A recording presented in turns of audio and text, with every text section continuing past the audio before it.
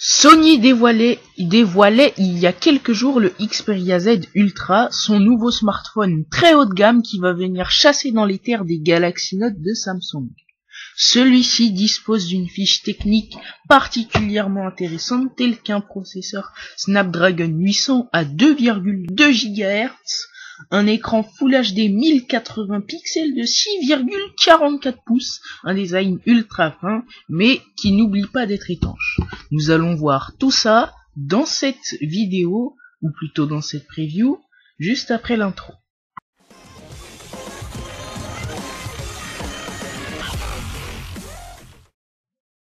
Après un Xperia Z convaincant mais qui au final est un peu moins performant que le Samsung Galaxy S4 ou le HTC One, équipé d'une puce Snapdragon 600, Sony passe à la seconde et lui adjoint une version Ultra. Et le moins que l'on puisse dire, c'est que le fabricant japonais a été assez agressif concernant la fiche technique.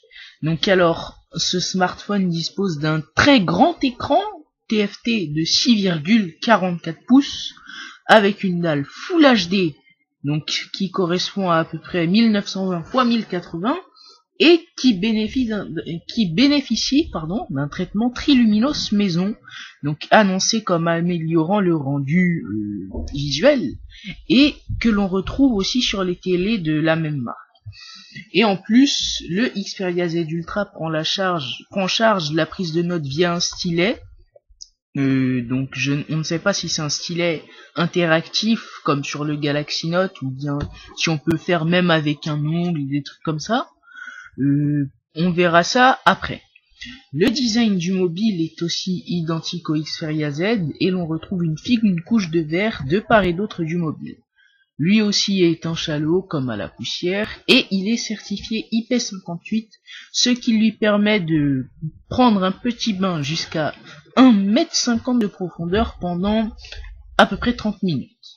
Quoi qu'il en soit, les dimensions de la bête sont de 179 x 92 x 6,5 mm.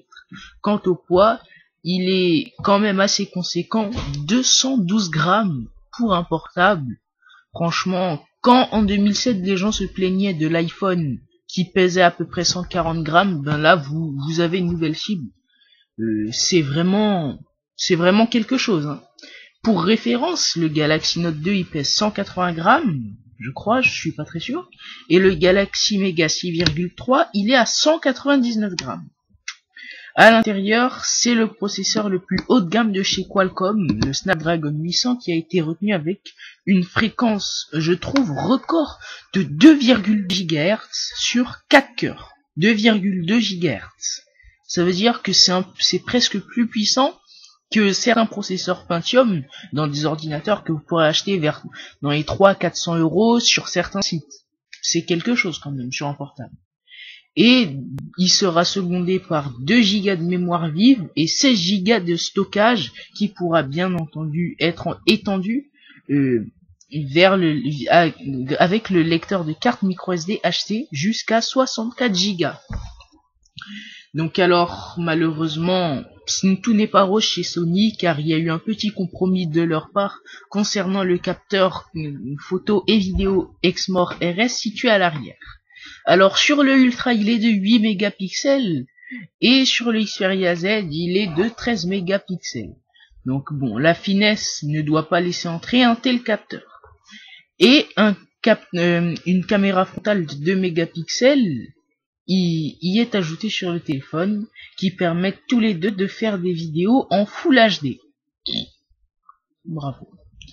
Ensuite pour la connectivité, donc on a du Wi-Fi, du Bluetooth 4.0, une puce NFC, un GPS compatible GLONASS, mais surtout la 4G LTE qui est supportée, pas la 4G qu'on peut proposer en France avec Orange ou SFR. Et on pourra également y extraire une sortie HDMI grâce au port micro USB 2.0. Donc, et la batterie de 3000 mAh est à la hauteur de ce smartphone, alors que le Xperia Z, sa batterie, je crois qu'elle est de 2300 mAh. Donc alors, une autonomie annoncée par Sony de 7h30 en vidéo, 14h en conversation. Et le mode stamina pourrait affiner la consommation du mobile. Donc alors Android 4.2 il sera installé en natif sur le téléphone, et puis bon espérons que les autres modèles en profiteront. Donc voilà, donc c'était tout dans cette vidéo. Donc écoutez, laissez un pouce vert, abonnez-vous si vous le souhaitez, hein. Enfin comme vous voulez. Et puis bon surtout au revoir, à la prochaine.